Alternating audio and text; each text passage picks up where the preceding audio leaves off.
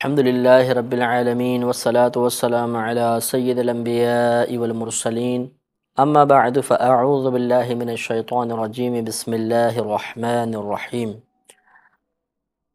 سورہ بقرہ کی آیت نمبر 217 کی تفسیر چل رہی تھی، اور اس میں اللہ تبارک و تعالی نے ارشاد فرمایا تھا کہ یہ لوگ آپ سے شہر حرام میں قتال کے بارے میں، جنگ کے بارے میں سوال کرتے ہیں۔ آپ فرما دیجئے کہ اس میں قتال کرنا بہت بڑا گناہ ہے، لیکن اللہ تبارک و تعالیٰ کے راستے سے روکنا، اللہ تعالیٰ کے ساتھ کفر اختیار کرنا، مسجد حرام سے مسلمانوں کو روکنا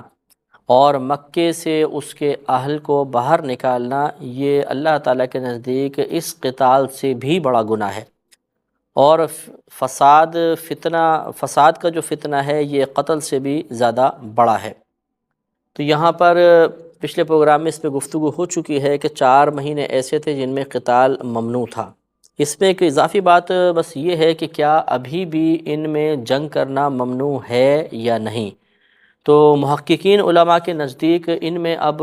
جنگ کی ممانعت کا حکم منسوخ ہو چکا ہے، اور یہ سورہ توبہ کی آیت نمبر 5 ہے، فَاقْتُلُوا الْمُشْرِكِينَ حَيْثُ وَجَدتُّمُوهُمْ، کہ تم مشرکین کو جہاں کہیں پاؤ انہیں قتل کرو۔ تو اس لیے چونکہ حیثو کا لفظ آیا تو زمانے اور مکان دونوں کو شامل ہو سکتا ہے، لہٰذا جس زمانے میں پاؤ، جس جگہ میں پاؤ، مشرکین کو قتل کرو۔ اس میں چونکہ حکم عام آ گیا، لہٰذا اب ان 4 مہینوں میں بھی اگر کوئی قتال وغیرہ کرتا ہے تو یہ ممنوع نہیں ہوگا۔ یہ جمہور کا قول یہی ہے، اور بعض کے نزدیک ابھی بھی اس کی ممانعت باقی ہے، اور جہاں پر اجازت ہوگی وہ کسی مصلحت پر موقوف ہوگی کہ اگر شدید ضرورت محسوس ہو تو ان مہینوں میں بھی قتال کر لیا جائے، ورنہ حکم اپنے جگہ باقی رہے گا۔ آگے ارشاد ہوتا ہے کہ وَلَا يَزَالُونَ يُقَاتِلُونَكُمْ، اور یہ ہمیشہ یعنی کفار ہمیشہ تم سے لڑتے رہیں گے، حَتَّى يَرُدُّوكُمْ عَنْ دِينِكُمْ إِنِ اسْتَطَاعُوا، یہاں تک کہ اگر یہ استطاعت رکھیں تو تمہیں تمہارے دین سے پھیر دیں گے۔ وَمَنْ يَرْتَدِدْ مِنْكُمْ عَنْ دِينِهِ، اور جو مرتد ہو جائے تم میں سے اپنے دین سے، یعنی ارتداد اختیار کرے اپنے دین سے، فَيَمُتْ وَهُوَ کافر، پھر وہ انتقال کر جائے کفر کی حالت میں، فَأُولَئِكَ حَبِطَتْ أَعْمَالُهُمْ فِي الدُّنْيَا وَالْآخِرَةِ، تو یہی وہ لوگ ہیں کہ جن کے دنیا اور آخرت میں اعمال ضائع کر دیے گئے۔ وَأُولَئِكَ أَصْحَابُ النَّارِ، اور یہی جہنمی ہیں، ہم فیہا خالدون، اور وہ اس میں ہمیشہ رہنے والے ہیں۔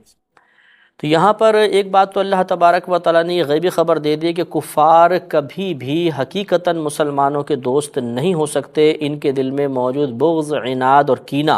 ہمیشہ جاری و ساری رہے گا، کیونکہ لا یزالون ارشاد فرمایا کہ ہمیشہ یہ تم سے لڑتے رہیں گے اور جنگیں ہوتی رہیں گی، اور ان کی حتمی تمنا یہ ہے کہ تمہیں اسلام سے ہٹا دیں۔ تو اس لیے کفار سے کسی حقیقتاً مخلص دوستی کی امید رکھنا یہ فضول ہے، کیونکہ قرآن نے اس کی اطلاع دے دی ہے، اور یہ فرما دیا کہ اگر یہ استطاعت رکھیں تو تمہیں تمہارے دین سے پھیر دیں گے۔ اور پھر آگے اللہ تبارک و تعالیٰ نے ارتداد کا ایک حکم بیان فرمایا۔ ارتداد کا معنی ہوتا ہے مرتد ہو جانا، پھر جانا، اور مرتد اس شخص کو کہتے ہیں کہ جو پہلے اسلام قبول کرے، اسلام کا کلمہ پڑھے، اور وہ عاقل بالغ ہو، اور پھر بغیر کسی کے مجبور کیے، نشے یا نیند کی حالت میں بھی نہ ہو، اور وہ اسلام سے متنفر ہو جائے، اسلام سے ہٹ جائے، اسے مرتد کہتے ہیں۔ شرع لحاظ سے مرتد کی سزا قتل ہوتی ہے کہ جب تک وہ توبہ نہ کرے، اگر توبہ نہیں کرے گا تو اس کو قتل کیا جائے گا، اور اگر وہ زندہ رہے تو مطلب توبہ نہ کرے تو قتل کریں گے، اور توبہ کر لے تو اس کو زندہ چھوڑا جائے گا۔ لیکن وقتی طور پہ فوری ایک سزا اس کو یہ ملے گی کہ جیسے ہی وہ ارتداد کرے گا اس کے تمام اعمال اکارت چلے جائیں گے، نمازیں، روزہ، حج، زکوٰۃ، سب کا سب ضائع ہو جائے گا، کیونکہ اللہ نے ارشاد فرمایا کہ جو تم میں سے اپنے دین سے پھر جائے اور پھر اس کا انتقال ہو جائے اور اس حال میں کہ وہ کافر ہے، تو یہ وہ لوگ ہیں کہ جن کے اعمال دنیا اور آخرت میں برباد کر دیے گئے۔ تو امام اعظم ابو حنیفہ رضی اللہ تعالیٰ عنہ نے موت کی قید نہیں لگائی ہے، بلکہ وہ یہ فرماتے ہیں کہ جیسے ہی کوئی ارتداد کرے گا، یہ ارتداد جو ہے یہ اس کا سبب بن جاتا ہے کہ انسان کے اعمال برباد ہوتے ہیں۔ جبکہ امام شافعی رحمۃ اللہ علیہ وغیرہ یہ فرماتے ہیں کہ فیمت جو فرمایا کہ پھر ارتداد کے بعد پھر وہ مر بھی جائے، تو اس کا مطلب یہ ہوا کہ فوراً وہ یہ کہتے ہیں کہ اعمال برباد نہیں ہوں گے، بلکہ اس کی موت کے وقت تک اعمال کی بربادی کا حکم نہیں ہوگا۔ اگر اسی حال میں انتقال کر گیا تو پھر ہم کہیں گے کہ اعمال برباد ہو گئے۔ لیکن امام اعظم کے دلائل اور ہیں جو انشاءاللہ اپنے وقت پر عرض کیے جائیں گے کہ امام اعظم کے نزدیک جیسے ہی کوئی مرتد ہوگا اس کے تمام نیک اعمال ضائع کر دیے جاتے ہیں اور پھر وہ دوزخی ہوگا، اس میں ہمیشہ رہے گا۔ ان الذین آمنوا والذین ہاجروا وجاہدوا فی سبیل اللہ، بے شک وہ جو ایمان لائے اور وہ لوگ جنہوں نے ہجرت کی اور اللہ تبارک و تعالیٰ کے راستے میں جہاد کیا، اولئک یرجون رحمت اللہ، وہ رحمت الہی کے امیدوار ہیں، اللہ تعالیٰ کی رحمت کی امید رکھتے ہیں۔ واللہ غفور الرحیم، اور اللہ تبارک و تعالیٰ بہت بخشنے والا مہربان ہے۔ تو بے شک وہ جو ایمان لائے اور جنہوں نے ہجرت کی، ہجرت کا مطلب ہوتا ہے ایک مقام سے کسی دوسرے مقام کی طرف چلا جانا، اور یہ ہجرت جو ہے حقیقتاً مطلب ایک مقام سے دوسرے مقام پر جانا، ایک جگہ کو چھوڑ دینا دوسرے مقام پہ چلے جانا، یہ ہجرت کہلاتی ہے۔ لیکن جو شرعی لحاظ سے ہے وہ یہ کہ جب انسان کسی ایسے مقام پر ہو کہ جہاں پر امور دینیہ کا نفاذ انتہائی مشکل ہو جائے، مثلا وہ نماز بھی نہیں ادا کر سکتا، اس کو مجبور کر روک رہا ہے، نماز بھی نہیں پڑھ سکتا، گناہوں سے نہیں بچ سکتا، کسی قسم کا کوئی دینی معاملہ نہیں کر سکتا، ہزارہ رکاوٹیں ہیں، تو ایسی صورت میں اسے اس مقام کو چھوڑ کر کسی دوسرے مقام پر جانا فرض ہو جاتا ہے، اور پھر وہ ایسے مقام پہ چلا جائے کہ جہاں پر وہ ان امور دینیہ کو اچھی طرح ادا کر سکے، تو یہ ہجرت لازم ہوتی ہے۔ یہ اللہ تبارک و تعالیٰ کا فرمان ہے۔ اس میں فقہاء نے فرمایا کہ اگر مکان میں بالفرض ایسا مسئلہ ہے تو مکان تبدیل کرے، اگر محلے میں محلہ تبدیل کرے، شہر میں ہے تو دوسرے شہر میں جائے، اور ایک ملک میں ہے تو دوسرے ملک کی طرف ہجرت کرنا اس پر لازم ہوگا۔ اللہ تعالیٰ کا فرمان ہے کہ ان الذین توفاہم الملائکۃ ظالمی انفسہم، کہ بے شک وہ جنہوں نے اپنے اوپر اپنی جانوں پر ظلم کیا، جب فرشتے انہیں موت دیتے ہیں، قالوا تو کہتے ہیں فیما کنتم، قالوا کنا مستضعفین فی الارض، تو فرشتوں نے ان سے کہا کہ تم کن معاملات میں تھے، تو انہوں نے کہا کہ ہم زمین میں کمزور تھے، یعنی یہ جنہوں نے باوجود قدرت ہجرت نہ کی، حالانکہ ہجرت کر سکتے تھے، اور پھر اس کا عذر یہ بنایا کہ ہم تو جی کمزور تھے، ان کے بارے میں یہ ہے کہ جنہوں نے اپنی جان پر ظلم کیا اور فرشتوں نے وفات دیتے ہیں، وہ فرشتوں نے وفات دی تو ان سے کہا کہ تم کس معاملے میں تھے، تو انہوں نے کہا کہ ہم زمین میں کمزور تھے۔ قالوا، فرشتوں نے کہا الم تکن ارض اللہ واسعۃ، تو فرشتوں نے ان سے کہا کہ کیا اللہ تبارک و تعالیٰ کی زمین کشادہ نہ تھی،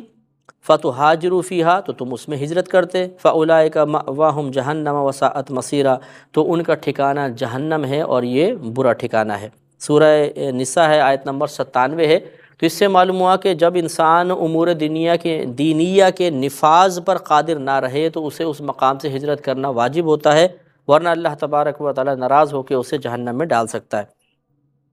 تو اسی طریقے سے نبی کریم صلی اللہ علیہ وسلم نے اس ہجرت کے فوائد بیان فرمائے تاکہ اس کی ترغیب حاصل ہو، اور کیونکہ ایک مقام کو چھوڑ کر جانا بہت مشکل ہوتا ہے، ہزارہ یادیں وابستہ ہوتی ہیں، وہاں پہ کچھ فوائد کچھ اغراض وابستہ ہو جاتی ہیں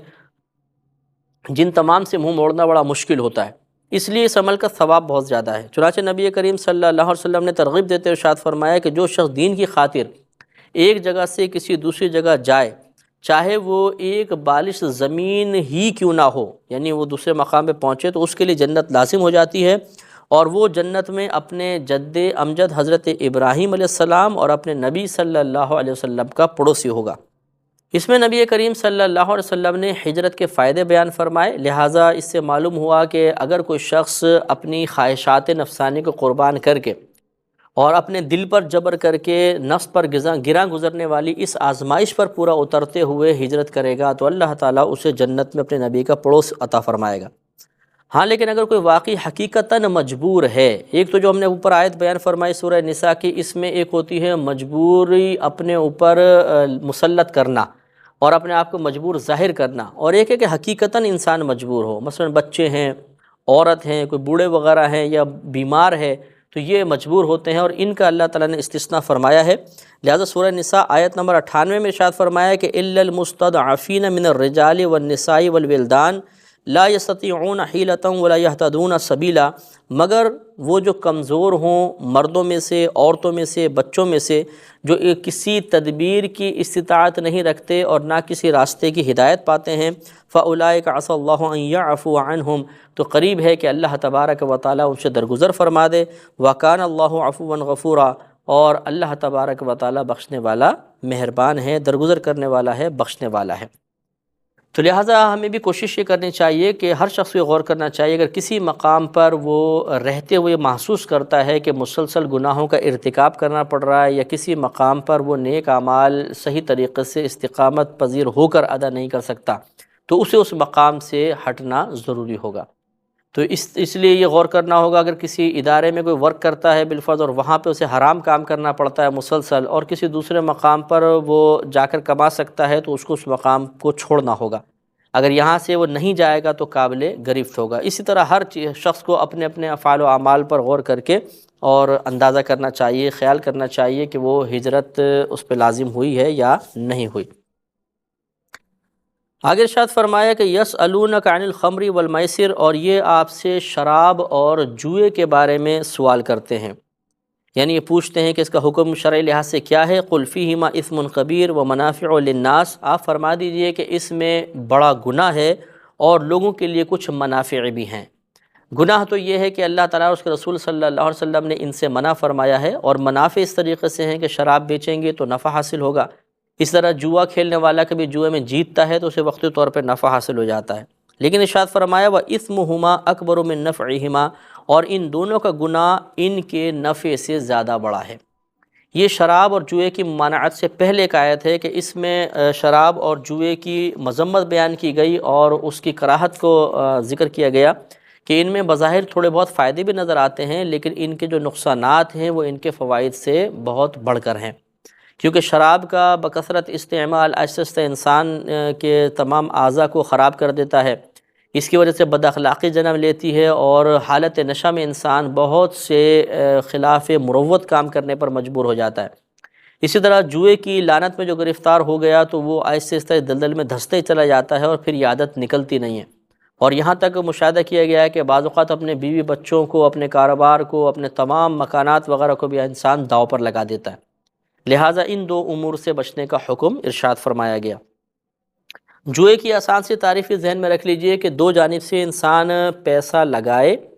دو پارٹیاں پیسہ لگائیں اور اس طرح کی کوئی شرط لگا دیں یا اس طرح کا کوئی فعل کریں کہ جو جیت جائے وہ تمام مال لے جائے اور دوسرا بالکل محروم رہ جائے، یعنی ایک ٹوٹل نفع لے جائے، دوسرا بالکل مکمل طور پہ محروم رہ جائے، یہ جوا ہوتا ہے، اور اس کو شریعت نے شدت کے ساتھ ناپسند فرمایا ہے۔ آج کل ہمارے ہاں بھی ہمارے دور میں بھی جوئے کی بہت ساری مصیبتیں چل پڑی ہیں، جن میں سے ایک جیسے یہ بانڈ کا پرچی سسٹم جو ہے، بانڈ تو جائز ہیں لیکن جو اس کا پرچی سسٹم ہوتا ہے، ایک نمبر دے دیا جاتا ہے، بیچ دیا جاتا ہے 500 روپے کا، 1000 روپے کا، یہ پرچی سسٹم خالصتاً جوا ہے۔ اس طرح لاٹری کے جتنے بھی ٹکٹ ہیں، چاہے وہ یہ کہہ کر دیے جائیں کہ اس پیسے سے ہم غریبوں کی امداد کریں گے، یا اور دیگر کوئی لالچ دیا جائے، یہ سب کے سب ممنوع ہوتے ہیں۔ اور اسی طرح کوئی پروڈکٹ بیچنے کے لیے کوئی انعام کا لالچ رکھا جائے کہ مثلا آپ اس کو اسکریچ کریں تو یہ انعام نکل آئے گا، اور کوئی شخص خاص اس انعام کو حاصل کرنے کے لیے خریدے، چیز کی ضرورت نہ ہو، تو اس میں بھی جوئے والا معنی متحقق ہو جائے گا۔ ہاں اگر ایک چیز مثلا گھی کا ڈبہ ہے بالفرض، اس پہ کوئی انعام مقرر کیا ہے کہ بھئی آپ اسکریچ کریں تو وہ انعام نکل آئے گا، اور گھی کی انسان کو ضرورت بھی ہے، تو اب یہ رعایت نکل آئے گی کہ ٹھیک ہے گھی خریدا، ضمناً انعام مل گیا تو ٹھیک، لیکن اگر اس شے کی اصلاً ضرورت بالکل انسان کو نہ ہو اور وہ صرف انعام کے لالچ میں اس چیز کو خریدتا ہے، تو پھر یہ جوئے والا معنی متحقق ہے، کیونکہ اس میں یقیناً ایسا ہوگا کہ وہ چیز اگر نہیں نکلتی تو اس کا پیسہ ضائع ہو گیا، کیونکہ اصل شے کی اس کو ضرورت ہی نہیں ہے۔ تو ان تمام امور پہ اچھی طریقے سے ہمیں توجہ کرنی چاہیے۔ آگے ارشاد ہوتا ہے کہ وَيَسْأَلُونَكَ مَاذَا يُنْفِقُونَ، اور یہ آپ سے سوال کرتے ہیں کہ ہم کیا خرچ کریں، قُلِ الْعَفْوَ، آپ فرما دیجئے کہ جو تمہارے پاس زائد ہو اس کو خرچ کر دو۔ تو یہ آیت جو ہے یہ زکوٰۃ کے حکم سے پہلے نازل ہوئی۔ شروع میں یہی حکم تھا کہ صحابہ کرام علیہم الرضوان کے پاس جو مال زیادہ ہوا کرتا تھا اس تمام کو صدقہ کرنے کا حکم تھا، چونکہ یہ عمل بہت زیادہ مشقت والا تھا اور بعض اوقات نفس پہ بڑا گرہ گزرتا تھا، تو آہستہ آہستہ اس میں تخفیف کر دی گئی، اور پھر باقاعدہ زکوٰۃ کا حکم نازل ہوا تو اس کا حکم ختم ہو گیا۔ کذالک یبین اللہ لکم الآیات، اور اسی طرح اللہ تبارک و تعالیٰ تمہارے لیے اپنی آیات کو بیان فرماتا ہے، لعلکم تتفکرون، تاکہ تم غور و تفکر کرو فی الدنیا والآخرہ، دنیا اور آخرت میں۔ وَيَسْأَلُونَكَ عَنِ الْيَتَامَى، اور یہ آپ سے یتیموں کے بارے میں سوال کرتے ہیں، قل آپ فرما دیجئے اصلاح لہم خیر، کہ ان کے لیے اصلاح یا بھلائی کا ارادہ کرنا یہ بہتر ہے۔ وَإِن تُخَالِطُوهُمْ فَإِخْوَانُكُمْ، پس اگر تم ان کے مالوں کو اپنے مال کے ساتھ ملا لو تو بے شک وہ تمہارے بھائی ہیں۔ وَاللَّهُ يَعْلَمُ الْمُفْسِدَ مِنَ الْمُصْلِحِ، اور اللہ تبارک و تعالی اصلاح کرنے والوں میں سے، بھلائی چاہنے والوں میں سے فساد کرنے والے کو پہچانتا ہے۔ تو اس کا شان نزول یہ ہے کہ پہلے اللہ تبارک و تعالی نے ایک آیت میں مسلمانوں کو منع کر دیا کہ وہ یتیموں کا مال ظلماً نہ کھائیں، لہذا وہ آیت میں ارشاد ہوا کہ ان الذین یأکلون اموال الیتامی ظلماً، بے شک وہ جو یتیموں کا مال ظلماً کھاتے ہیں تو وہ اپنے پیٹوں میں جہنم کی آگ اتار رہے ہیں، جس سے پہلے یہ آیا تھا۔ تو اس میں پھر صحابہ کرام انتہائی خوفزدہ ہوئے، اور جو یتیموں کی کفالت کر رہے تھے انہوں نے یتیموں کا مال علیحدہ کرنا شروع کر دیا، یعنی اپنے مال سے علیحدہ رکھتے تھے، حتیٰ کہ اگر کھانا بھی پکتا تو یتیم کا علیحدہ ہوتا تھا، مسلمانوں کا علیحدہ۔ پھر ایسا ہوتا بسا اوقات کہ یتیم کا مال کھانا اگر بچ گیا تو اس کو کھایا نہیں جاتا تھا، حتیٰ کہ وہ خراب ہو جاتا تھا۔ تو اس پر پھر دریافت کیا گیا کہ یا رسول اللہ صلی اللہ علیہ وسلم، بسا اوقات اس طرح یتیموں کا مال ضائع ہو رہا ہے، خراب ہو رہا ہے، تو اس کا کیا حکم ہوگا؟ تو پھر یہ ارشاد فرمایا گیا کہ یہ آپ سے یتیموں کے بارے میں سوال کرتے ہیں، تو آپ ارشاد فرما دیجئے کہ ان کے لیے بھلائی کی سوچ رکھنا یہ بہتر ہے، اور اگر تم ان کے مالوں کو جو ضرورت سے زائد ہے اور ضیاع کا اندیشہ ہے اسے اپنے مالوں کے ساتھ ملا لو تو پھر کوئی حرج نہیں ہے، کیونکہ وہ تمہارے بھائی ہیں۔ ہاں، لیکن یہ ارشاد فرمایا کہ اللہ تعالیٰ خوب اچھی طرح تمہاری نیتوں کو جانتا ہے کہ کون ان یتیموں کا بھلا چاہتا ہے اور کون اس بھلائی کی آڑ میں فساد کا ارادہ رکھتا ہے، لہذا اس سے انسان بچنا ہوگا۔ وَلَوْ شَاءَ اللَّهُ لَأَعْنَتَكُمْ، اور اگر اللہ تعالیٰ چاہتا تو تمہیں مشقت میں مبتلا فرما دیتا، یعنی تمہیں اسی سابقہ حالت پر باقی رکھتا تو تم شدید مشقت میں گرفتار رہتے۔ ان اللہ عزیز الحکیم، بے شک اللہ تعالیٰ غالب آنے والا، حکمت والا ہے۔ یہاں تک اللہ تبارک و تعالیٰ نے بہت سے احکام جہاد وغیرہ کے، ہجرت وغیرہ کے نازل فرمانے کے بعد اب ذرا آپس کے کچھ ایسے معاملات کے احکامات بیان فرمائے جن کا تعلق عموماً انسانوں کے آپس کے تعلقات کے ساتھ ہوتا ہے، یعنی نکاح وغیرہ ہیں، طلاق وغیرہ ہیں۔ اب آگے اس کے بہت سارے احکام بیان ہوں گے جو ازواج سے متعلق ہیں، زوجہ سے متعلق ہیں، شادی بیاہ سے متعلق ہیں، طلاق سے متعلق ہیں۔ لہذا ارشاد ہوتا ہے کہ وَلَا تَنْكِحُوا الْمُشْرِكَاتِ حَتَّى يُؤْمِنَّ، اور تم مشرکہ عورتوں سے نکاح نہ کرو یہاں تک کہ وہ ایمان لے آئیں۔ اس آیت کا شان نزول یہ ہے کہ حضرت مرثد غنوی رضی اللہ تعالیٰ عنہ ایک بہت ہی ذہین صحابی تھے اور طاقتور تھے صحابی، ایک بہادر شخص تھے۔ تو نبی کریم صلی اللہ علیہ وسلم نے ان کو مکۃ المکرمہ بھیجا تاکہ وہاں جو پیچھے مسلمان رہ گئے ہیں ان کو کس طرح نکالنے کی تدبیر کی جائے۔ زمانہ جاہلیت میں ایک مشرکہ عورت تھی مکے میں ہی، جس سے مطلب آپ کے کچھ تعلقات تھے، وہ آپ سے محبت رکھتی تھی، لیکن آپ ہجرت کر کے چونکہ مدینہ منورہ آ گئے تھے تو اس سے تعلق ختم ہو گیا تھا۔ جب آپ مکۃ المکرمہ پہنچے اور اس عورت کو پتہ چلا تو وہ آپ سے ملنے کے لیے آئی اور آپ سے وصال و قربت کی متمنی ہوئی۔ آپ نے منع فرمایا کہ ہمارے اسلام میں یہ جائز نہیں ہے، تو اس نے کہا کہ میں آپ سے نکاح کر لیتی ہوں، آپ مجھ سے نکاح کر لیں۔ تو اس پر آپ خاموش ہوئے اور آپ نے فرمایا کہ نہیں، یہ معاملہ بھی میں نبی کریم صلی اللہ علیہ وسلم کی بارگاہ میں پیش کروں گا، اگر اجازت ملتی ہے تو میں تم سے نکاح کروں گا۔ اس پر یہ آیت نازل ہوئی کہ کوئی بھی مشرکہ عورت سے نکاح نہ کرے یہاں تک کہ وہ ایمان لے آئیں۔ تو یاد رکھیں کہ اہل کتاب اگرچہ ان میں بھی شرک کا عنصر پایا جاتا ہے، جیسے یہودی حضرت عزیر علیہ السلام کو اللہ کا بیٹا مانتے ہیں اور عیسائی حضرت عیسیٰ علیہ السلام کو اللہ کا بیٹا تصور کرتے ہیں، یہ بھی شرک کی قسم ہے،